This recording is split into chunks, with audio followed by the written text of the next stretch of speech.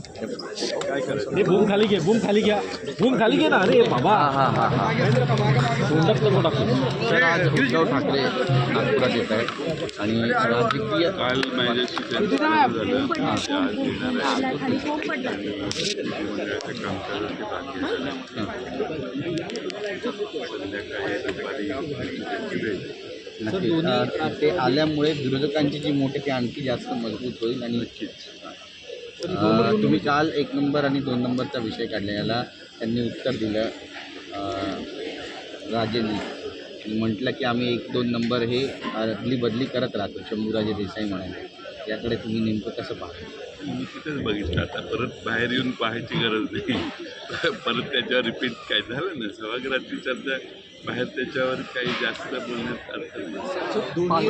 त्यावेळेचा तो विषय. अंबादास दानवेंनी एक ट्विट केलं, त्यामध्ये ते म्हणत आहेत की राज्यात अब्जावधीचा कोट्यावधीचा निधी आला मुख्यमंत्री सहायता निधीमध्ये, मात्र केवळ 75,000च वाटप जे आहे ते करण्यात आलं प्रत्येकी. इतर बाकीचा पैसा गेला कुठे असा प्रश्न उपस्थित करतो. थोडीशी धक्कादायक माहिती आहे, त्याची पडताळणी करणं आवश्यक आहे.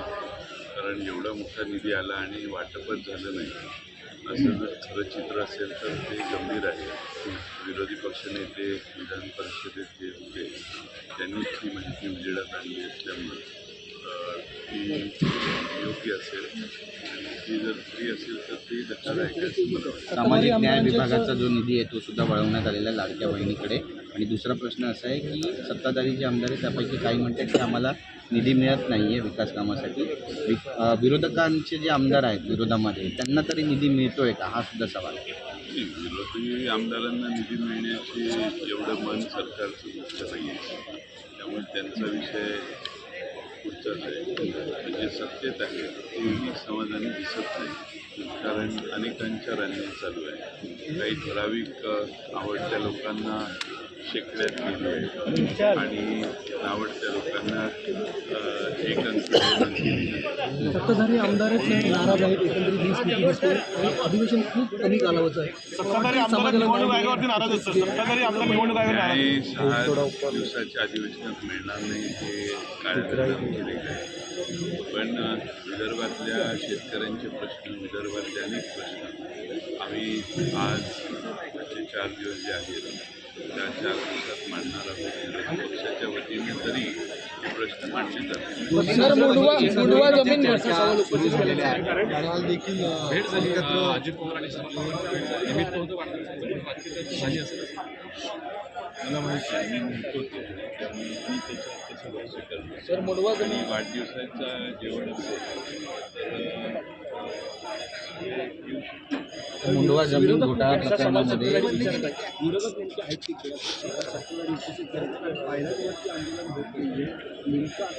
सत्ताधारी असा प्रश्न विचारू शकत नाही. हा त्यांचा स्वतःचा प्रश्न आहे असं माझं मत आहे. कारण पायऱ्यांवर आंदोलन करण्याच्या विषयीचा जो विषय आहे, आम्ही सभागृहात सगळेच प्रश्न प्रभावीपणे मांडतोय. पायऱ्यांवर बसून आंदोलन करणं, ज्या गोष्टी सभागृहात मांडल्या जात नाहीत, सरकार त्याच्या जाणीव त्या गोष्टी पायऱ्यांवर येऊन काढलेत आणि 32 जी आर काढलेत. 21,000 कोटींची मदत शेतकऱ्यांना दिलेली आहे. खरंच अशी शेतकऱ्यांना मदत दिली मला असं वाटतं. 32 जी आर काढण्यात आणि 21,000 कोटींची मदत आम्ही शेतकऱ्यांना दिलेली आहे. 32 जी आर काढलेत मदतीचे आणि 21,000 कोटी रुपयांची मदत शेतकऱ्यांना शेवटपर्यंत पोचत नाही. आणि बऱ्याच महाराष्ट्राच्या वेगळ्या भागात अतिवृष्टीने ग्रस्त असणाऱ्या नुकसानग्रस्त असणाऱ्या शेतकऱ्याला ही मदत पोचलेली नाही अशी महाराष्ट्राच्या वेगळ्या भागात तक्रार आहे. लोक तक्रार करतात की विरोधी पक्ष म्हणून आमच्याकडे येते म्हणून आम्ही आवाज उठवतो. त्यामुळं सरकार कितीही म्हणत असतो किती पैसे वाटते आणि किती नाही, मला वाटतं की लोकांचं समाधान झालेलं नाही. राज्यात महायुतीचा फॉर्म्युला ठरला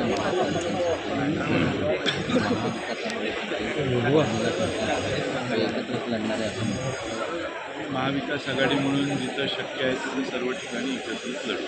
सर, मुंडवा जमीन गैरव्यवहार प्रकरणी हायकोर्टाने असं सांगितलं आहे की पार्थ पवार यांचं नाव का नाही असा प्रश्न कळतो.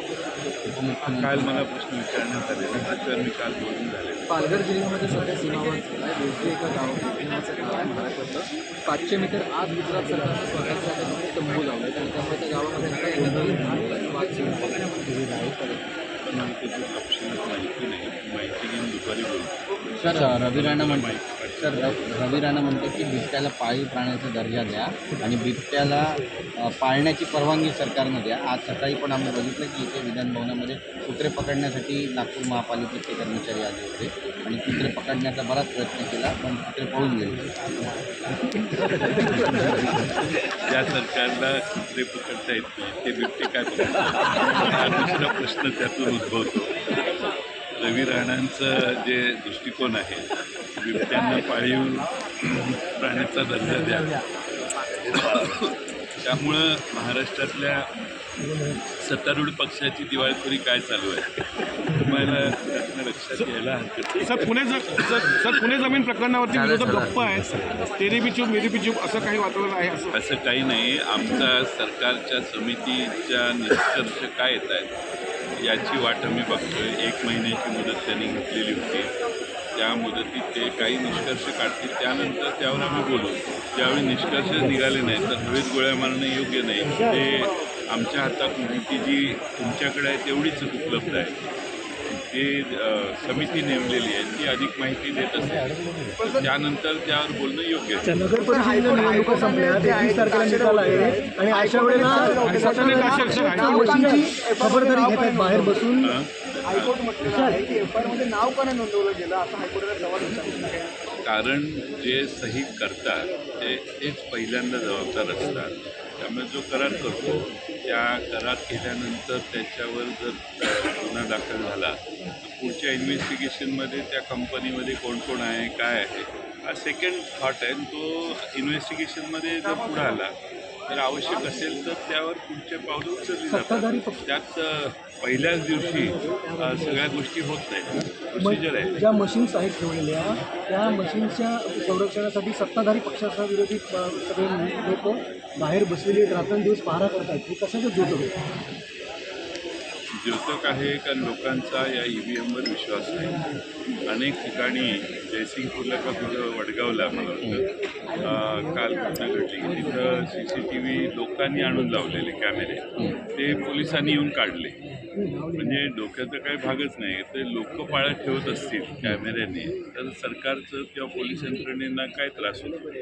पण CCTV कॅमेरे लावून देत नाही, तिथं माणसं लावून देत नाही. म्हणजे सगळ्या संशय यावा अशाच हालचाली सरकारी यंत्रणा करत असतात. खरी परिस्थिती ही आहे की त्या ठिकाणच्या लोकांना त्या EVMवर विश्वास नाही म्हणून त्याची पाळत ठेवणं, ते EVM बाहेरून हॅक होतील का याची शंका असणं, बाहेरून EVMमध्ये काही बदल होऊ शकतात अशा लोकांच्या अनंत शंका आहेत. म्हणून मी सतत सांगतो की निवडणूक आयोगाच्या या निवडणूक पद्धतीवर लोकांचा विश्वास कमी झालेला आहे. निवडणूक आयोगाने बॅलेटवर निवडणुका घेतल्या तर निवडणूक आयोगाला देखील काहीतरी अर्थ निर्माण होईल.